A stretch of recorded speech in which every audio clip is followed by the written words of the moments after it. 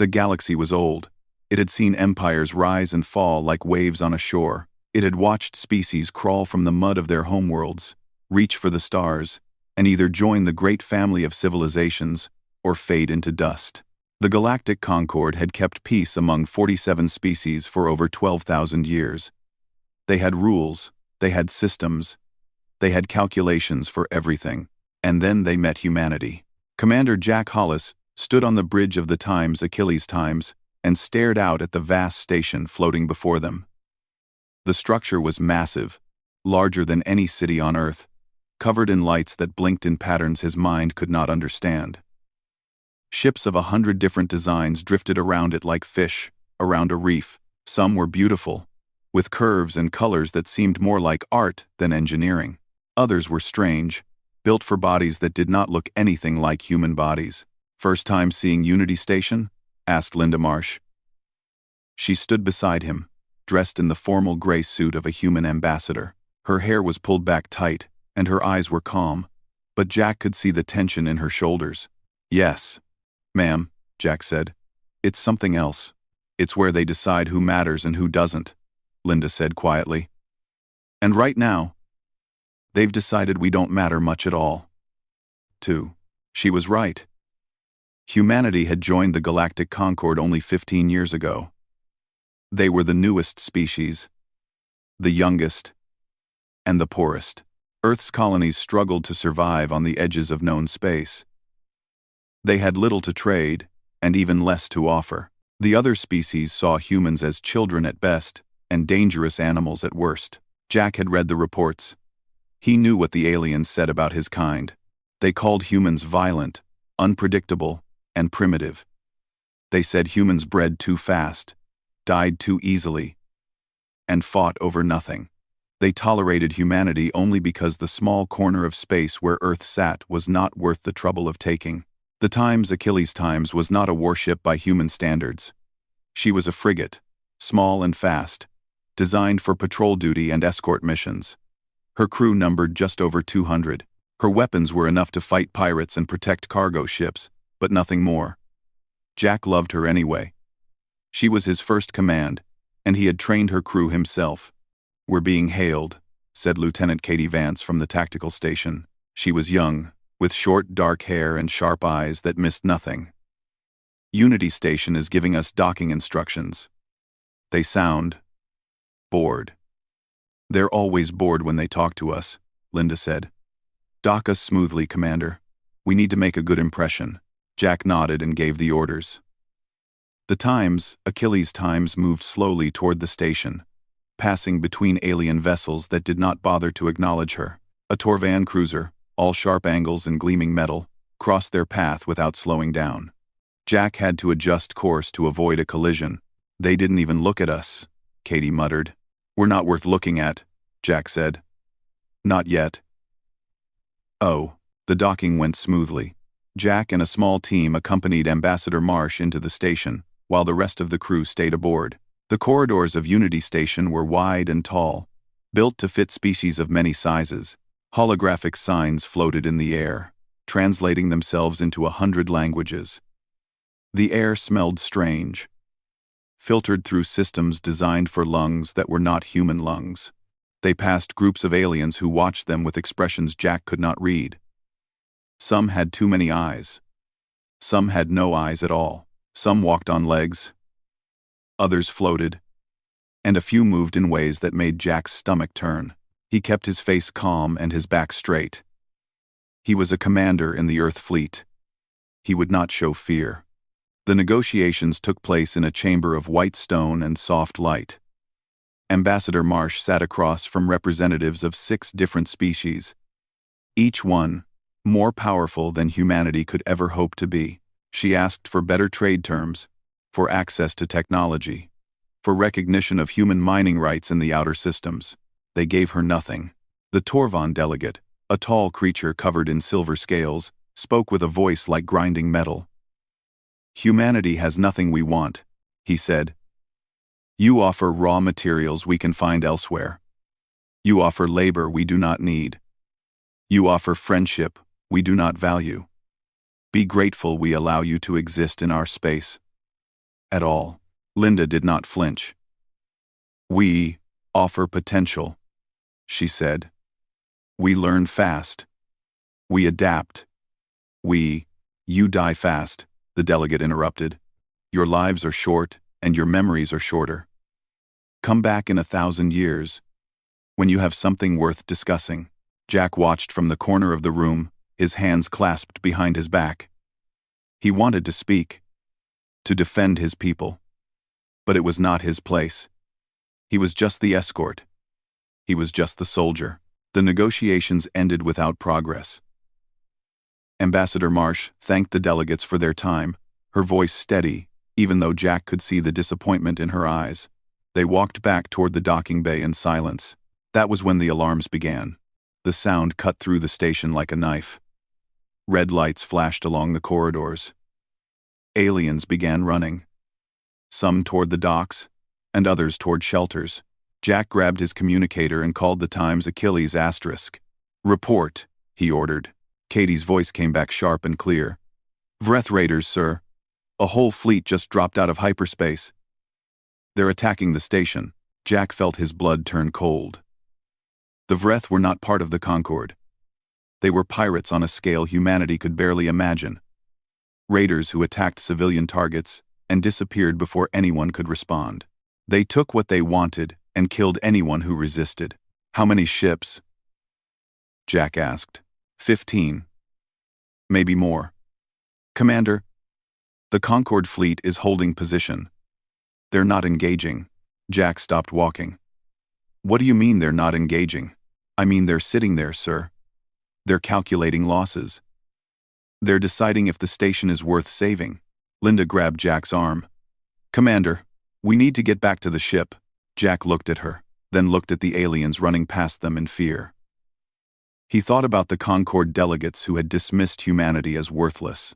He thought about the children on the station, the families, the innocent people who had nothing to do with politics or pride. He thought about what kind of man he wanted to be. Lieutenant Vance, he said into his communicator. Prepare the ship for combat. We're going out there. There was a pause. Sir, we're one frigate. They have 15 warships. Thanks for watching. There was a pause out opsa There was a pause out opsa There was a pause out opsa I know the math, Lieutenant. Get the ship ready. He turned to Ambassador Marsh. Ma'am, I need you to stay on the station. Find a shelter and wait for me. Linda stared at him. Commander, this is suicide. Jack smiled, and the smile did not reach his eyes. Maybe. But those people out there need help, and no one else is going to give it. The Concorde wants to know what humanity is worth. Let's show them. He ran for the docking bay, and behind him, the galaxy watched with curious, uncaring eyes. They did not know what they were about to see. The Times Achilles broke away from Unity Station and turned toward the enemy fleet. On the bridge, Commander Jack Hollis watched the tactical display and felt something cold and hard settle in his chest. 15 Vreth warships hung in the darkness like wolves waiting to feed. Each one was larger than his frigate. Each one carried more guns, more armor, more crew. All hands, battle stations, Jack said over the ship's intercom. His voice was calm. This is the commander. We are engaging the Vreth fleet. I will not lie to you. The odds are not good, but there are people on that station who cannot fight for themselves, and we are the only ones who will help them. Today, we show the galaxy what humans are made of. Do your duty. Trust your training, and know that I am proud to serve with every single one of you. He cut the channel and looked at Katie Vance. What's our status? Saying C. All weapons online, Katie reported. Shields at full. Fighters ready to launch. She paused. The Concorde fleet is still holding position. They're watching us. Let them watch. The Times Achilles accelerated toward the enemy. On the screens of 100 alien ships, officers and commanders observed the small human vessel with mild interest. The Torvan tactical officer calculated that the human ship would survive approximately 4 minutes against the Vreth fleet. He made a note in his log and returned to his other duties. The Vreth saw the times Achilles times coming and did not take it seriously. They sent 3 ships to deal with her, while the rest continued their attack on the station. The 3 Vreth vessels were each twice the size of the human frigate. Their captains expected an easy kill. They were wrong. Jack waited until the enemy ships were close. Then he gave an order that no alien commander would ever consider giving. Ramming speed. Target the lead ship's engine section. The bridge crew did not hesitate. They had trained for this. They had drilled for this. The times, Achilles times, surged forward. Her engines burning hot. Her hull pointed like a spear at the enemy vessel. The Vreth captain tried to turn, tried to evade. But the times Achilles times was too fast and too close. The human frigate struck the enemy ship at full speed. Her reinforced bow tearing through armor and hull plating. The impact threw everyone on the bridge to the floor. Sparks flew from damaged consoles. Somewhere in the ship, metal screamed as it twisted. But the times Achilles times survived. The Vreth ship did not. Jack pulled himself back into his chair. Blood ran down his forehead from a cut he did not remember getting. Damage report. Forward hull is compromised, Katie said. Her voice was steady despite the chaos. Decks 1 and 2 are sealed. We lost 12 crew in the impact. Engines are still functional. Then we keep fighting. Target the next ship. The Vreth fleet stopped ignoring them. Suddenly, the small human frigate was a threat. An insult. A problem that needed to be solved. Ships turned away from the station and moved toward the times Achilles asterisk. Jack smiled grimly. Every ship that chased him was a ship that was not killing civilians. The battle that followed lasted 4 hours. It should have lasted 4 minutes. The Concord observers watched with growing disbelief as the human frigate refused to die. The times, Achilles times, fought like nothing they had ever seen. She darted between enemy ships, using their own formations against them, making them afraid to fire because they might hit each other. Her guns never stopped shooting. Her fighters launched and attacked enemy vessels from angles that should have been impossible. Their pilots taking risks that bordered on madness. Lieutenant Katie Vance led the fighter squadron. Her small craft was hit early in the battle. Her engines destroyed. Her weapons depleted. Any reasonable pilot would have ejected and waited for rescue.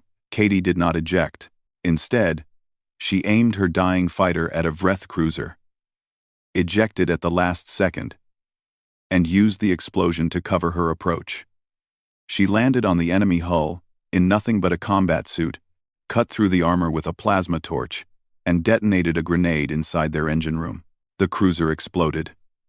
Katie drifted in space, her suit damaged, her oxygen running low, until a rescue shuttle picked her up. She was back in a fighter within the hour. The Vreth did not understand what they were fighting. Every time they thought the humans were finished, the humans came back. Crew members sealed hull breaches with emergency foam in their own bodies. Engineers kept damaged systems running through sheer willpower. Wounded soldiers refused to go to the medical bay and kept fighting at their stations. The Concord observers recorded everything. They watched a human gunner continue firing after losing his arm, his stump wrapped in a bandage, his face pale from blood loss but his aim still true. They watched a damage control team walk into a burning compartment without hesitation, knowing they would not survive, because the fire needed to be stopped. They watched Commander Hollis stand on his bridge as explosions rocked his ship, giving orders with the same calm voice he might use to order dinner. After 4 hours, 11 Vreth ships were destroyed. 3 more were crippled and drifting. The remaining raider fled into hyperspace, their captain screaming that the humans were insane, that they were monsters, that no sane species would fight like this. The times Achilles times did not pursue. She could not. Half her crew was dead. Her hull was torn open in a dozen places. Her engines were failing. Her weapons were empty, and her commander was bleeding from wounds he had not bothered to count. But she was still there. She was still flying. The Concord fleet finally moved. Not to fight, because there was nothing left to fight. They moved to help, to rescue, to clean up the mess that a single human frigate had made of a raider fleet that should have been unstoppable. The Torvon tactical officer looked at his earlier calculation. 4 minutes. He had predicted. He deleted the note from his log and stared at the burning hulks of Vreth warships floating in space. On Unity Station, Ambassador Linda Marsh emerged from the shelter where she had waited for hours. She found a viewport and looked out at the Times Achilles asterisk, limping back toward the dock, trailing smoke and debris. Around her, aliens were speaking in hushed voices. They were not speaking with contempt anymore. They were speaking with something else. Something that looked like fear. Commander Hollis brought his ship home. He carried his wounded to the station's medical bays. He counted his dead and learned their names. He stood in the docking bay, exhausted and hurt, and faced a crowd of alien officials who had come to see the human who had done the impossible. The Torvan delegate who had dismissed humanity hours earlier stood at the front of the crowd. His silver scales had lost their shine. His voice had lost its arrogance. "How?" he asked. "How did you do that?" Jack looked at him with tired eyes. "We did what we had to do. Your ship was smaller. Your weapons were weaker. You should have died." "Probably," Jack agreed. "But dying wasn't going to help anyone. So we decided not to die until the job was done." The delegate stared at him. He had no response. He had lived for 300 years, had seen wars and wonders and the rise and fall of civilizations. But he had never seen anything like this. He had never seen a species that simply refused to accept defeat. The Concord had watched the battle with curiosity. Now they watched the aftermath with something colder, something deeper. They watched with the beginning of fear. 3 weeks after the battle at Unity Station, the Galactic Concord held a secret meeting. The chamber was hidden deep within the station, behind doors that only opened for the highest officials. No records were kept. No observers were allowed. What happened in this room would never be spoken of in public. 12 delegates sat around a curved table made of dark stone. They represented the 12 most powerful species in the Concord, the ones who truly ruled the galaxy while the others followed. They had gathered to discuss a single topic: humanity. Delegate Vor-Un of the Keth stood at the center of the room. He was tall and thin, with gray skin and 4 eyes that never blinked. He served as the Concord's chief intelligence officer, and he had spent the last 3 weeks learning everything he could about the humans. "What I am about to show you," he began, "is classified at the highest level." The information was obtained through sources inside human space. Some of it was stolen from their military networks. All of it has been verified. He touched a control, and a holographic image appeared above the table. It showed the Times Achilles asterisk, battered and broken, floating near Unity Station. "You have all seen the reports from the battle," Vor-Un continued. "One human frigate engaged 15 Vreth warships and destroyed 11 of them. The human losses were significant, but the ship survived. This was unexpected." The Torvan delegate leaned forward. "Unexpected is a gentle word. It was impossible." "Yes," Vor-Un agreed. "By our calculations, it was impossible. The humans should have died. Their ship was too small. Their weapons too weak. Their crew too inexperienced. Every model we used to predict combat outcomes said they would lose, and yet they won." "Perhaps our models are wrong," suggested another delegate, a creature of floating light who represented the Seluun. "Our models are not wrong," Vor-Un said. "They have predicted the outcomes of 10,000 engagements over 8,000 years with 97% accuracy. They account for technology, numbers, positioning, and training. They do not account for what the humans did." End quote. "And what did the humans do?" Vor-Un paused. His 4 eyes moved across the faces of the delegates. "They did not care if they died. They fought without regard for their own survival. They took risks that no rational species would take. They sacrificed themselves not because they wanted to die, but because they refused to let death stop them from winning." Silence filled the chamber. The delegates looked at each other with expressions of confusion and concern. "This is interesting," the Torvan delegate said slowly. "But why does it matter? They had one ship. One small ship. We have thousands of vessels. If the humans become a problem, we simply overwhelm them with numbers. Vorun nodded. That is what I thought as well. Then I looked more closely at their military. He changed the holographic display. The image of the Times, Achilles Times, disappeared, replaced by technical drawings and data readouts. The Times Achilles Times is what the humans call a frigate. It is their smallest class of armed vessel. They use it for patrol duty, escort missions, and light combat. It is not considered a warship by human standards. The delegates murmured among themselves. Vorun waited for them to quiet before continuing. The humans have larger ships. Much larger. He touched the control again. This is their cruiser class, 3 times the size of the Times Achilles asterisk, with corresponding increases in firepower and crew. They have 47 of these vessels currently in service. Another touch. Another image. This is their battleship class. 8 times the size of the Times Achilles asterisk. Heavy armor. Long-range weapons. They have 12 of these. The murmurs grew louder. Vorun raised his hand for silence. But those are not what concern me. This is what concerns me. The final image appeared. It was a ship unlike anything the delegates had seen before. It was massive, a monster of metal and weapons that dwarfed everything around it. The technical data scrolling beside it showed dimensions that seemed impossible. This is the Times Leviathan Times class, Vorun said quietly. The humans call it a dreadnought. It is 3 kilometers long. Its main weapons can crack the crust of a planet. It carries a crew of over 15,000. The humans have 3 of these ships, with 2 more under construction. The chamber was silent. The delegates stared at the image with a mixture of awe and horror. The Times Achilles Times was their smallest ship, Vorun repeated. Imagine what their largest ship could do. The Seluan delegate spoke first. Surely their technology is still inferior to ours. Size is not everything. You are correct, Vorun said. Their technology is inferior.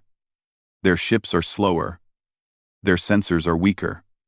Their shields are less efficient. In a fair fight, one of our cruisers should defeat one of their cruisers easily. Then what is the problem? The problem is that the humans do not fight fair. They do not calculate acceptable losses.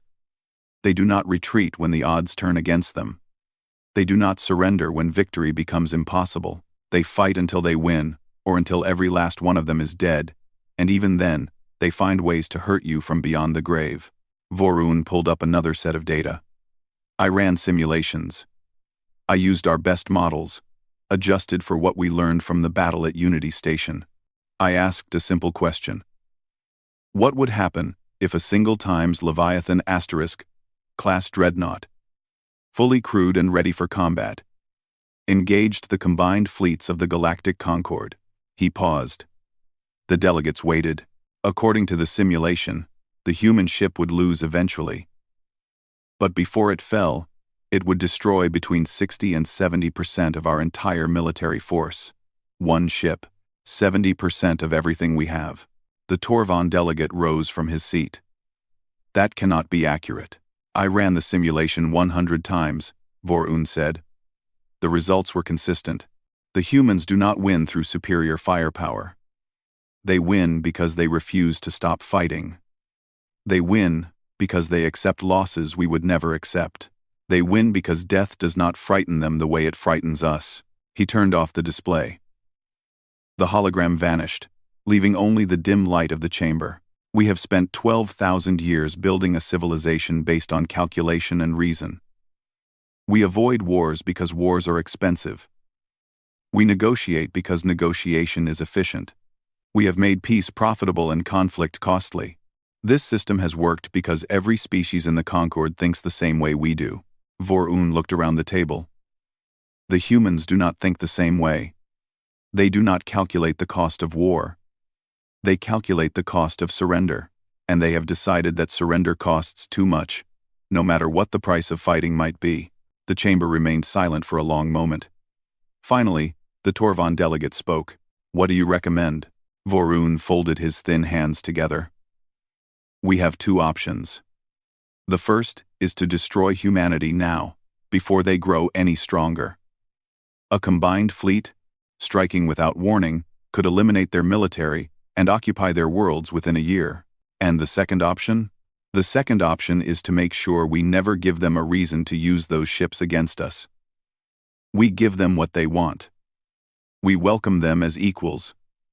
We make them our friends instead of our enemies. The delegate of Floating Light flickered with uncertainty. And if they refuse our friendship? Vorun's 4 eyes blinked slowly. Then we pray that our gods are stronger than theirs. Because I have seen what one small human ship can do when it has something to protect. I do not wish to see what their largest ships would do if we threatened their home. The meeting continued for many hours. In the end, no decision was made. But the fear had been planted, and fear, once planted, only grows. The message from the Galactic Concord arrived at Earth on a quiet Tuesday morning. It was polite, formal, and carefully worded. The Concord wished to officially welcome humanity into the galactic community. As part of this welcome, they requested a demonstration of human military capability. They wanted to see a dreadnought. The government of Earth debated for 3 days. Some officials argued that showing their most powerful weapon was dangerous. Others said that refusing would look weak.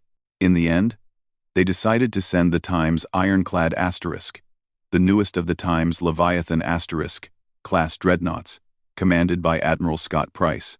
Admiral Price was 54 years old. He had gray hair, kind eyes, and a soft voice that made people lean closer to hear him. He had served in the fleet for 30 years. He had commanded ships in 12 engagements and had never lost a battle. His crews loved him. His enemies feared him. But if you met him on the street, you would think he was a schoolteacher or a librarian, not a man who had destroyed more enemy vessels than anyone in human history. The Times Ironclad Times was everything the intelligence reports had promised. 3 kilometers of metal, weapons, and engines. Armor thick enough to shrug off nuclear explosions. Guns that could punch holes in moons. She carried 15,000 crew members, 200 fighters, and enough supplies to operate independently for 2 years. When she arrived at the designated coordinates, the Concord observation fleet was already waiting. 50 ships from 12 species had gathered to witness the demonstration. They kept their distance, forming a wide ring around the area where the test would take place. The demonstration was simple. The Concord had provided a target, a defense platform, one of their most advanced automated weapon systems. It was the size of a small moon, covered in guns and shields and sensors. It had been designed to defend entire star systems from invasion. Nothing in the known galaxy had ever destroyed one. Admiral Price stood on the bridge of the Times Ironclad Times and looked at the platform on his display. His officers waited in silence. "That's the target?" he asked. "Yes, sir," said his first officer, Commander Rachel Dunn. "The Concord says it's the toughest thing they've got. They expect the exercise to last several hours." Price nodded slowly.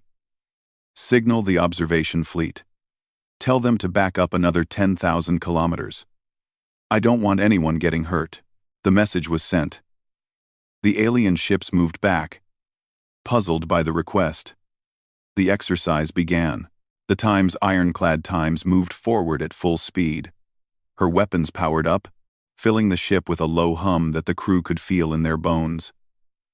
On the observation ships, alien officers tracked the dreadnought's approach and made predictions.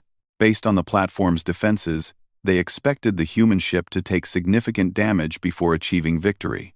Some predicted the Times Ironclad Times would lose. Admiral Price gave a single order. "All batteries, fire at will." The Times Ironclad Times opened up with everything she had. The darkness of space turned white with the light of weapons fire. Beams and missiles and projectiles streamed from the dreadnought in an endless flood of destruction. The defense platform's shields flared, flickered, and died. Its armor melted. Its guns tried to return fire, but the Times Ironclad Times was already moving, circling the target, pouring death from every angle. 11 minutes after the exercise began, the defense platform was a cloud of expanding debris. On the observation ships, no one spoke. They had expected hours. They had witnessed minutes. They had expected a battle. They had witnessed an execution. Admiral Price looked at the destruction on his display and sighed. Signal the observation fleet. Apologize for the mess. Tell them we were taking it easy, because we didn't want to embarrass our hosts. Commander Dunn stared at him. Sir? That was taking it easy? Price smiled gently. We only used 60% of our weapons. I thought using everything might seem rude. The Concorde fleet sent a request to tour the Times ironclad Asterisk. Admiral Price agreed. Over the next several hours, delegations from each species walked through the human dreadnought, escorted by crew members who answered their questions politely and honestly. What they saw disturbed them more than the battle had. The crew of the Times, ironclad Times, was not what they expected. The aliens had imagined hardened warriors, cold and brutal, trained to kill without emotion. Instead, they found ordinary people. They found young men and women who laughed at jokes, who argued about sports, who showed photos of their families back home. They found a mess hall where cooks complained about supply shortages and crew members teased each other about their terrible taste in music. But they also found other things. They found the memorial wall, a corridor lined with the names of every crew member who had died serving on Times Leviathan, class ships.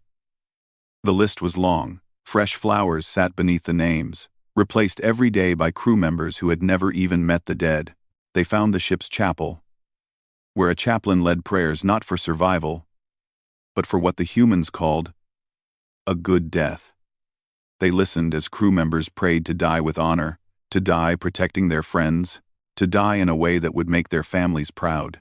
They found children's drawings hanging in the corridors, pictures of stick figures with the words, "Come home safe, Daddy," and "I love you, Mommy," and "You're my hero."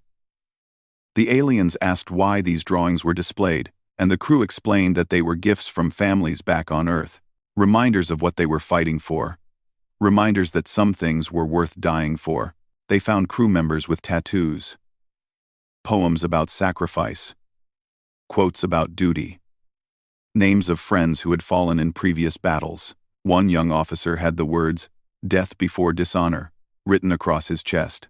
When asked what it meant, he said simply, "It means I would rather die than let down the people who depend on me."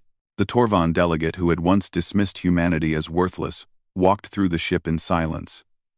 He watched a group of engineers repair a damaged console while singing a cheerful song. He watched a medical team practice emergency procedures with calm efficiency.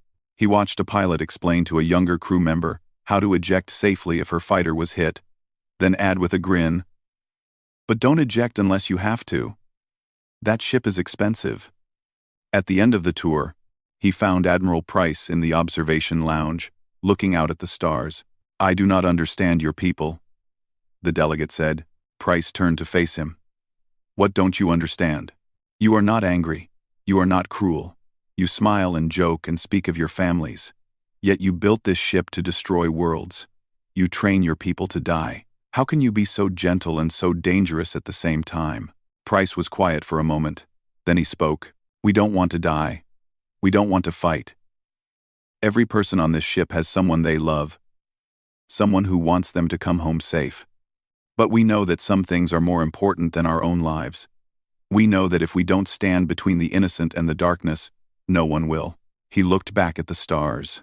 "You asked how we can be gentle and dangerous. The answer is that we're dangerous because we're gentle. We fight so hard because we love so much. We're willing to die because living in a universe where we let innocent people suffer would be worse than death." The Torvan delegate had no response. He had lived for centuries. He had seen empires rise and fall, but he had never met a species that turned love into a weapon. He had never been so afraid. 6 months passed after the demonstration. 6 months of quiet conversations and secret meetings. 6 months of debates that the public never saw, and votes that were never recorded. The Galactic Concorde moved slowly, as it always had, but it moved with purpose. When the announcement came, it surprised no one who had been paying attention. The resolution of peaceful coexistence was presented as a gift to humanity. It granted Earth full membership in the Concorde, with all the rights and privileges that came with it. It opened trade routes that had been closed for decades. It gave human colonies access to technology that would have taken them centuries to develop on their own. It offered seats on 3 of the most important governing councils, a level of influence that species 10 times older than humanity had never achieved. The people of Earth celebrated. They saw the resolution as proof that they had finally been accepted, that the galaxy had recognized their worth. Politicians made speeches about a new era of cooperation. News programs showed images of human and alien officials shaking hands, tentacles, and other appendages. But buried deep in the document, hidden in the fine print that almost no one read, was Article 7, subsection 33. The article stated that human military vessels above frigate class were permanently banned from entering Concord space. The Times Leviathan, Asterisk, class dreadnoughts, the battleships, and the cruisers would stay within Earth's borders. They would never again cross into the territory of the Galactic Concord. The Concord called it a gesture of mutual trust, a sign that humanity was committed to peace, a symbolic act of good faith. Everyone knew the truth. Captain Jack Hollis read about the resolution from the bridge of the Times, Achilles Asterisk. She had been rebuilt over the past months, her damaged hull replaced with fresh armor, her empty crew quarters filled with new faces. The scars of the battle at Unity Station were gone, but the memories remained. Lieutenant Commander Katie Vance sat at the tactical station, scrolling through the document on her screen. She had been promoted after the battle, rewarded for her impossible act of courage. The burns on her arms from her spacewalk assault had healed, but she still wore long sleeves to cover the scars. She said it was because she didn't like answering questions. Jack suspected she wore them because she was proud. "Have you seen the part about the dreadnoughts?" Katie asked. "I saw it. They're scared of us. They're really, truly scared." Jack nodded slowly. "Yes, they are." "Does that bother you?" He thought about the question for a long moment. "No," he said finally. "I think it's the best outcome we could have hoped for." Katie frowned. "How is being feared a good outcome?" Jack stood and walked to the viewport. The stars stretched out before him, endless and cold. Somewhere out there, the Times ironclad Times sat in Earth's orbital dock, her weapons silent, her crew reassigned to peacetime duties. The most powerful warship humanity had ever built would never fire her guns in anger. "We didn't join the Concord to make war," Jack said. "We joined because our people needed help. We needed trade, technology, resources. We needed to give our colonies a chance to survive, and now we have all of that. Because they're afraid we'll destroy them if they don't give it to us. Because they understand that we won't quit. They understand that if they push us, if they threaten our homes and our families, we will fight until there's nothing left. They've decided it's easier to be our friends than our enemies. That's not fear, Katie. That's respect." Katie was quiet for a moment. Then she laughed softly. "I'm not sure there's a difference. Maybe not. But either way, our people are safe. Our colonies will grow. Our children will have futures. That's all I ever wanted." On the other side of the galaxy, Ambassador Linda Marsh attended a reception at the Concord's capital. She moved through the crowd of alien dignitaries, accepting congratulations and well wishes, smiling and nodding at creatures who had once looked at her with contempt. They looked at her differently now. They were polite. They were respectful. They were careful. The Torvon delegate found her near the end of the evening. His silver scales gleamed in the soft light, and his voice had lost the arrogance it had carried when they first met. "Ambassador," he said, "I wanted to offer my personal congratulations on the resolution. It is a historic achievement for your people." Linda smiled gracefully. "Thank you, Delegate. We look forward to a long and peaceful partnership with the Concord. As do we." He paused, and something complicated moved behind his eyes. "I must admit, I have thought often about our first meeting. I was dismissive of your people. I told you that humanity had nothing to offer. I remember. I was wrong." He bowed his head slightly. "What your Commander Hollis did at Unity Station opened my eyes. What your Admiral Price showed us with the Times, ironclad Times, opened them further. Humanity has much to offer the galaxy. I only hope that we are wise enough to accept those gifts without paying the price of your anger. Linda's smile did not waver, but her eyes grew sharp. The only way to earn our anger is to threaten the innocent. As long as the Concord protects its people and respects ours, you have nothing to fear from humanity. We don't want to fight. We just refuse to lose. The delegate nodded slowly. I believe you. And that, Ambassador, is why Article 7 exists. Not because we think you would attack us without cause, but because we never want to give you cause. Your dreadnoughts will stay in their docks, and we will make sure they never have a reason to leave. He walked away, disappearing into the crowd of aliens who were learning, slowly, what it meant to share a galaxy with humanity. Back on the Times Achilles asterisk, Jack Hollis finished his shift and returned to his quarters. He sat at his desk and pulled up a photograph on his screen. It showed a woman and 2 children standing in front of a small house on a colony world. His wife, his daughters, the people he had fought for at Unity Station. The people he would die for, without hesitation. He thought about the Times ironclad asterisk, sleeping in her dock above Earth. She was the most powerful weapon humanity had ever created. She could crack planets and shatter fleets. She was built for war on a scale the galaxy had never seen. And she would never be used. Not because humanity had grown weak. Not because they had lost their will to fight. But because the galaxy had looked at that ship and understood what it represented. The Times ironclad Times was not just a weapon. She was a promise that humanity would protect its own, no matter the cost. A promise that anyone who threatened Earth or its people would face consequences too terrible to imagine. The galaxy had seen that promise and decided, unanimously, that they would rather give humanity everything it wanted than test whether the promise was real. The warship had won her war without ever fighting it. Jack looked at the photograph of his family for a long time. Then he smiled, turned off the screen, and went to sleep. Outside his window, the stars continued their endless dance. The galaxy was vast, and old, and full of wonders. Humanity was young, small, and still learning their place in the cosmic order, but they had earned their place. They had shown the galaxy what they were made of, and the galaxy had decided, wisely, to make room for them.